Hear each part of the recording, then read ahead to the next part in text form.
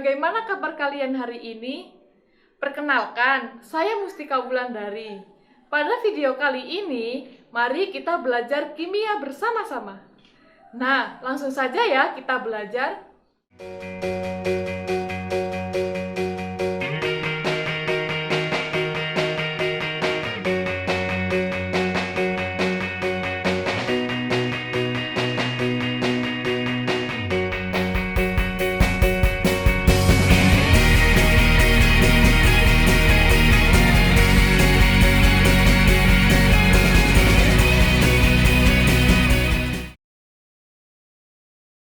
Silahkan perhatikan gambar di samping. Gambar apa yang ada di samping ini? Ya, benar, gambar buah jeruk dan sabun. Pada gambar pertama, yaitu gambar buah jeruk. Pastinya, kalian semua sudah pernah merasakan buah jeruk. Bagaimana rasa dari buah jeruk? Ya, benar, rasanya masam. Kemudian, pada gambar yang kedua, yaitu sabun. Tentunya, kalian sudah tidak asing lagi dengan sabun. Karena ketika kita mandi, pasti menggunakan sabun. Apabila kalian mandi, busa dari sabun tersebut masuk ke dalam mulut kita. Bagaimana rasa busa dari sabun tersebut? Ya, benar, rasanya pahit. Kemudian, apakah baik jika kita merasakan zat untuk mengetahui sifatnya? Lalu, bagaimana cara mengidentifikasi senyawa asam dan basa tanpa harus merasakannya? Dan ion apakah yang menentukan sifat dari larutan tersebut? Nah, langsung saja mari kita belajar teori asam dan basa. Sebelum kita lanjut belajar teori asam dan basa, saya mau cerita sedikit. Allah Subhanahu wa Ta'ala memberikan keserasian pada setiap yang diciptakannya. Ada api, ada juga air. Ada miskin, ada juga kaya. Di dalam keserasian itu, Allah memberikan ketergantungan satu dengan yang lainnya, sebagaimana firman Allah Subhanahu wa Ta'ala dalam surat Ar-Rahman ayat 7-9. A'udzu billahi minasyaitonir rajim. Bismillahirrahmanirrahim. Was-samaa'a rafa'aha wa wada'al mizan. Alla tatghaw fil mizan.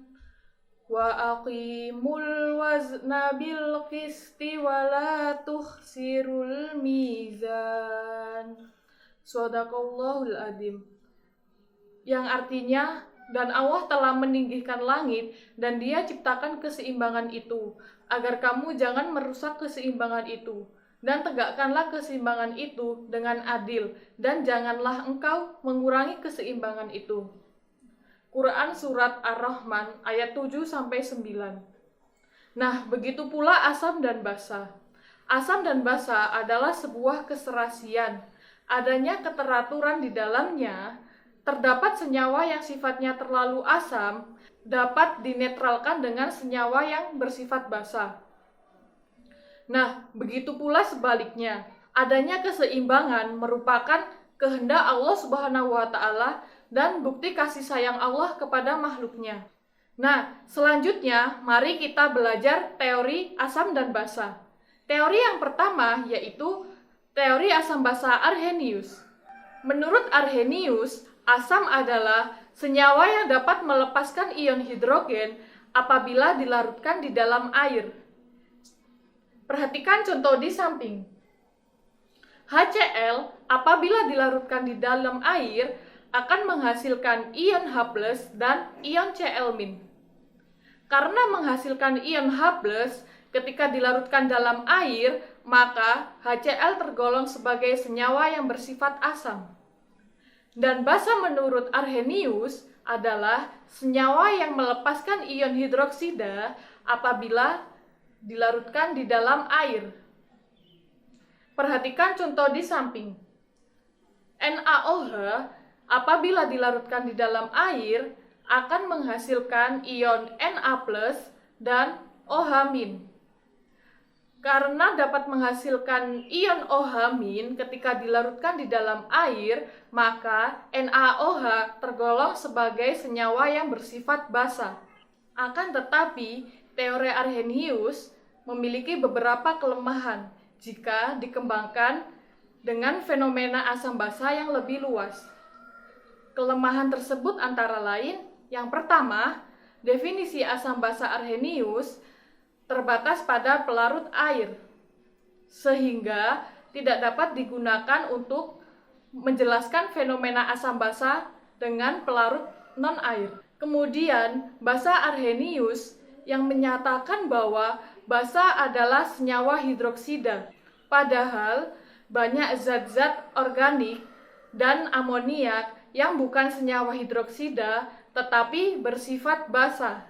Kemudian teori asam basa yang kedua yaitu teori asam basa Bronsted-Lowry. Pada tahun 1923, Bronsted di Denmark dan Lowry di Inggris memunculkan definisi untuk mengatasi kelemahan teori Arrhenius.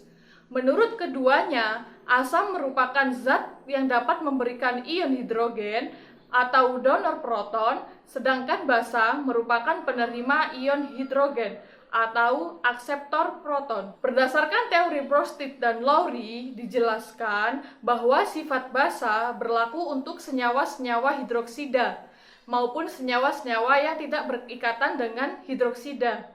Senyawa asam pada teori ini hanya dengan melihat kemampuan menyumbangkan proton atau H+, sehingga tidak tergantung pada pelarut air dan ada atau tidaknya pelarut.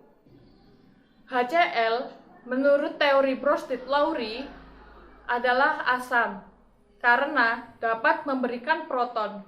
Akseptor proton atau basa harus ada untuk menangkap proton agar asam dapat memberikan protonnya. Air bertindak sebagai basa atau penerima proton pada reaksi ionisasi HCl dalam air. Perhatikan persamaan reaksi berikut. HCl plus H2O terionisasi membentuk H3O plus dan Cl-. Kemudian, teori yang ketiga yaitu teori asam basa Lewis. Pada tahun 1923, bersamaan dengan munculnya teori asam basa Bronsted-Lowry, Lewis mengemukakan definisi asam basa berkaitan dengan struktur elektron dalam pembentukan ikatan kovalen antara asam dan basa.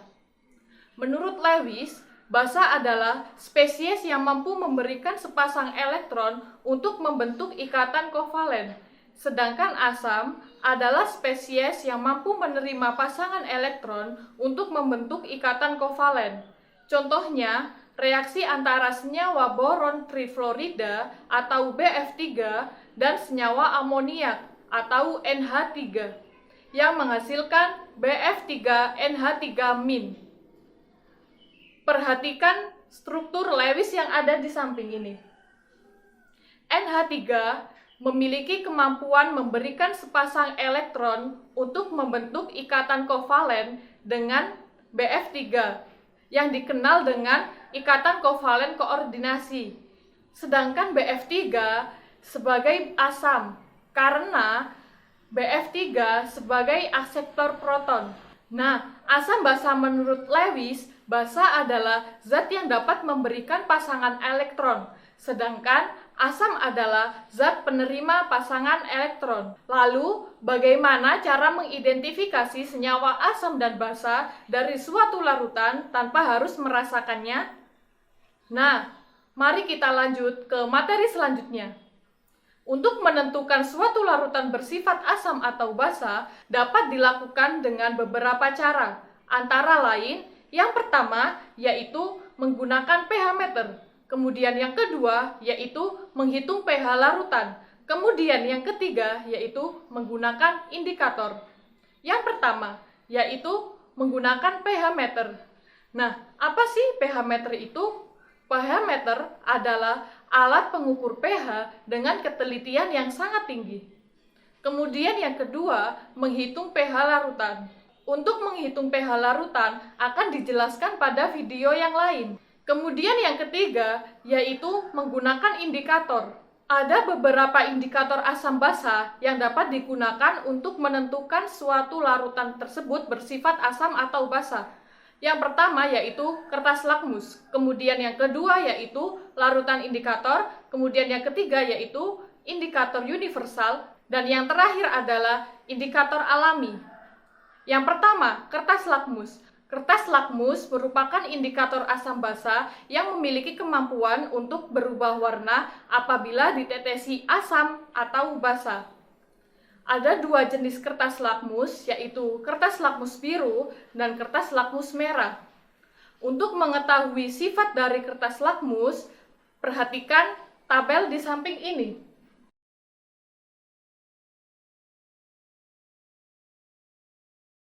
Yang kedua yaitu larutan indikator. Indikator larutan asam basa adalah larutan khusus yang digunakan untuk mengetahui sifat asam dan basa pada suatu larutan. Harga pH suatu larutan dapat diperkirakan dengan menggunakan trayek pH indikator. Nah, bisa kita lihat trayek pH indikator yang ada di samping ini.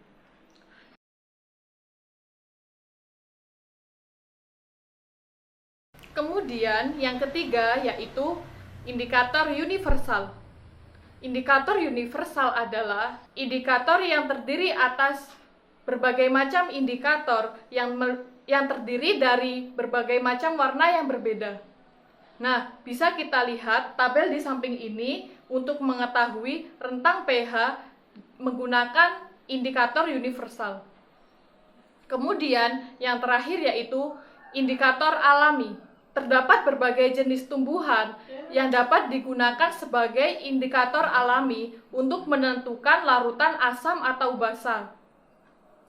Nah, perhatikan tabel yang ada di samping ini.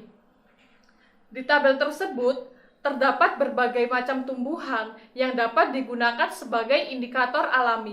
Yang pertama, bunga sepatu, kemudian bunga nusa indah, kemudian bunga pacar air, kemudian kunyit, kemudian yang terakhir daun pepaya. Nah, silakan perhatikan video berikut ini. Pada percobaan kali ini, untuk menentukan larutan asam dan basa menggunakan indikator alami. Alat dan bahan yang digunakan adalah kunyit, kemudian haluskan kunyit seperti ini, kemudian diberi air, kemudian air perasan jeruk nipis, kemudian air sabun, kemudian air, kemudian 3 gelas aqua yang telah dipotong, diberi tulisan air jeruk, kemudian air sabun, dan air. Nah, jika adik-adik tidak ada alat yang seperti di video ini, maka adik-adik bisa menggunakan alat yang ada di rumah. Nah, langsung saja kita mulai percobaannya. Kita masukkan 1 sendok perasan air jeruk nipis ke gelas yang telah diberi tulisan air jeruk. Kita masukkan sebanyak 1 sendok. Kemudian kita masukkan 1 sendok air sabun ke dalam gelas yang telah diberi tulisan air sabun. Kita masukkan. Kemudian kita masukkan air ke dalam gelas aqua yang telah ditulisi dengan air.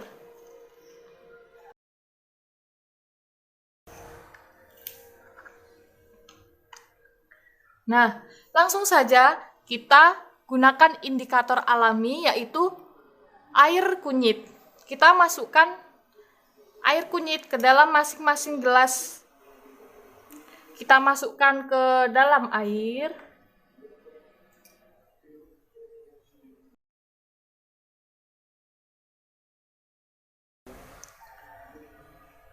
Kemudian kita masukkan ke dalam air sabun. Kemudian kita masukkan ke air jeruk. Nah, dapat kita lihat terjadi perubahan warna pada air sabun menjadi merah, kemudian air jeruk menjadi kuning, yang awalnya air kunyit berwarna oranye seperti ini. Nah, dapat kita lihat perubahan warna yang terjadi pada masing-masing gelas aqua. Pada gelas aqua yang tadinya berisi air kemudian ditambahkan dengan air kunyit menjadi warna oranye. Air ini sebagai belangko. Kemudian pada gelas aqua yang berisi air jeruk kemudian ditambahkan dengan air kunyit berubah menjadi warna kuning, dan pada gelas aqua yang berisi dengan air sabun ditambahkan dengan air kunyit berubah menjadi warna merah.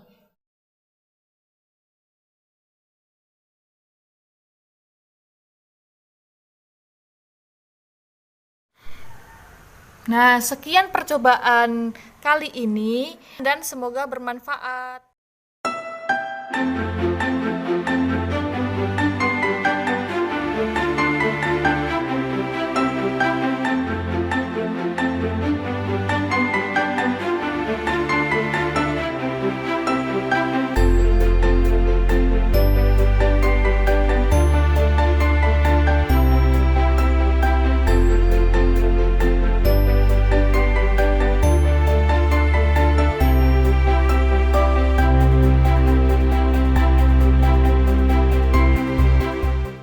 Apa yang dapat kalian simpulkan setelah kalian melihat video tersebut?